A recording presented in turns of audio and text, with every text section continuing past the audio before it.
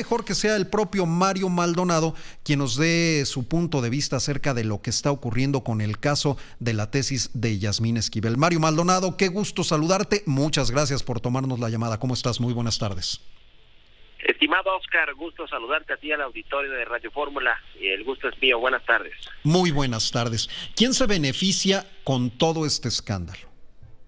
Pues mira, la verdad es que es un tema que yo sí creo que no es simple casualidad de este asunto de la tesis de la ministra Yasmín Esquivel, que eso tendrán que decidirlo las autoridades de la Universidad Autónoma de México, si es un plagio o no, o si fue la plagiada la ministra Esquivel.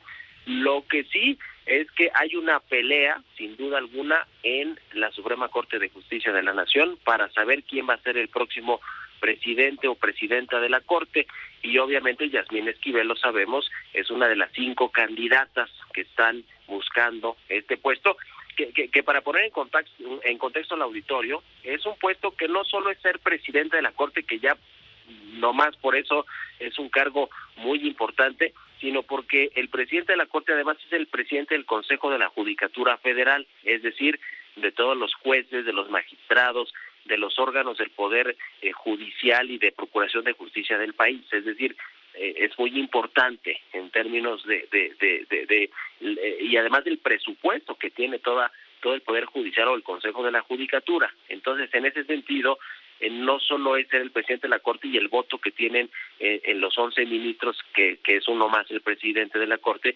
sino lo que representa. Además es el interlocutor con los otros poderes de la Unión, con el Poder Ejecutivo, el Legislativo y con otros grupos de poder, hay que decirlo claramente. Eso es lo que está en juego. Y el asunto de la ministra Esquivel, pues sin duda alguna es una ministra que se sabe, o por lo menos se ve, que es cercana al gobierno federal, al presidente Andrés Manuel López Obrador, y en ese sentido el hecho de que se caiga la posible candidatura a la presidencia de la Corte de la ministra Esquivel, pues le beneficia, creo yo, al otro que es el más fuerte competidor de Yasmín Esquivel, y es el ministro Alfredo Gutiérrez Ortiz Mena.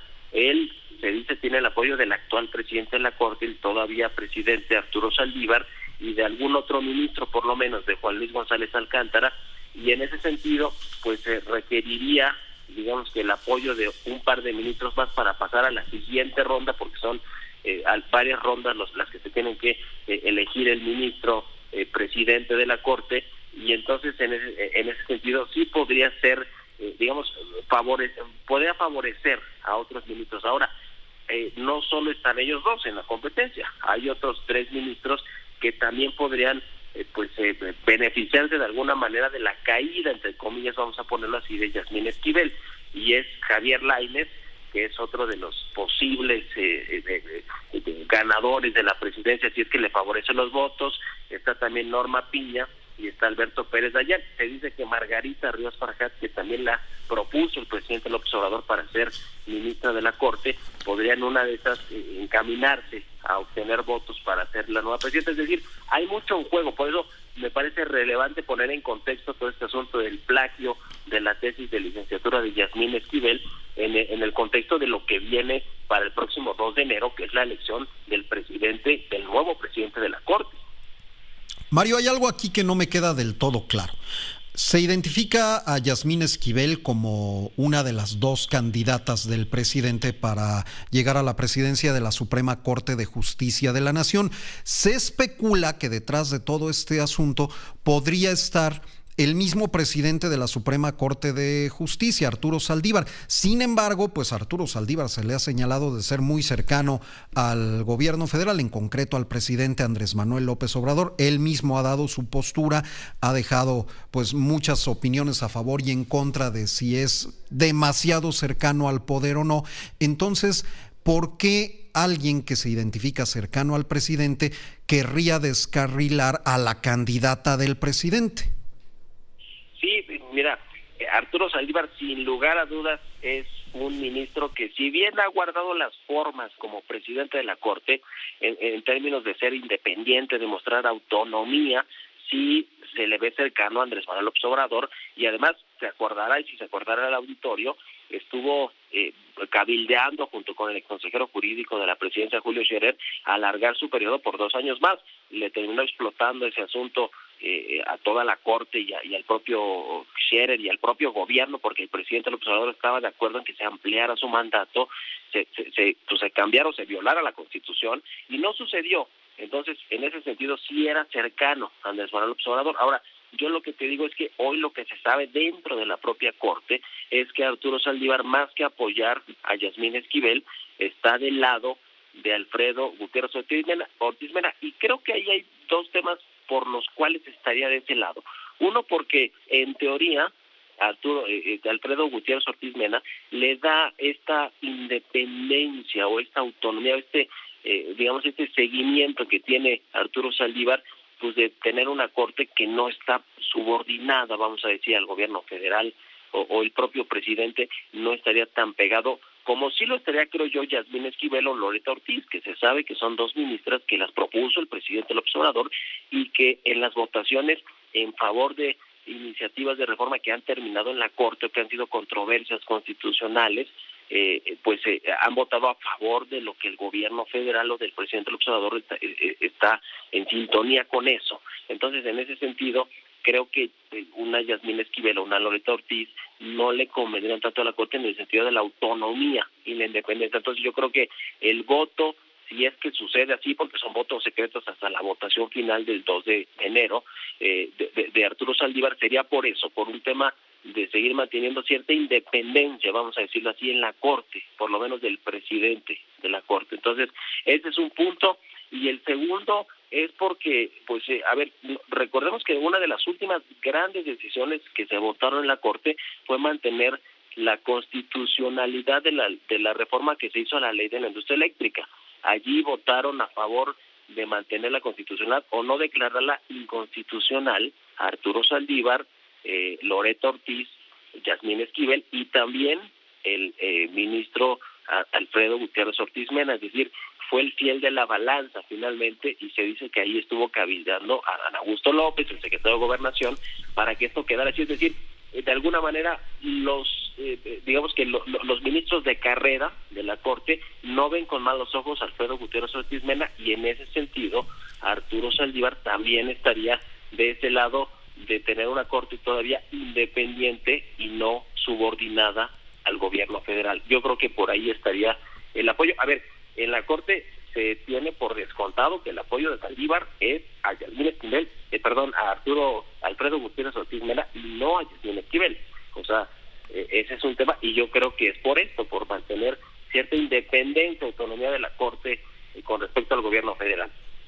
Mario, no es que uno sea mal pensado. Yo creo que en este caso queda perfectamente claro que hay una mano que está meciendo la cuna, ya sea la de Arturo Saldívar, ya sea la de los conservadores, sea quien sea.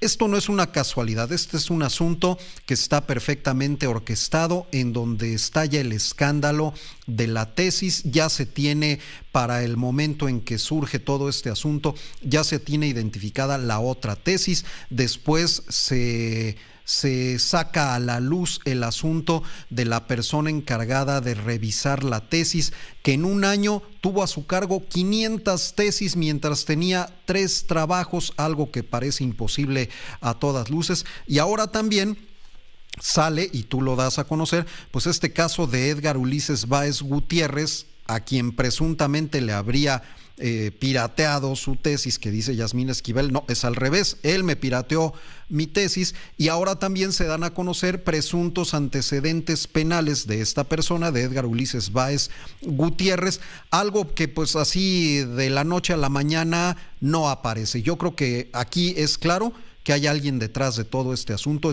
Aquí sí se podría hablar de un complot perfectamente organizado.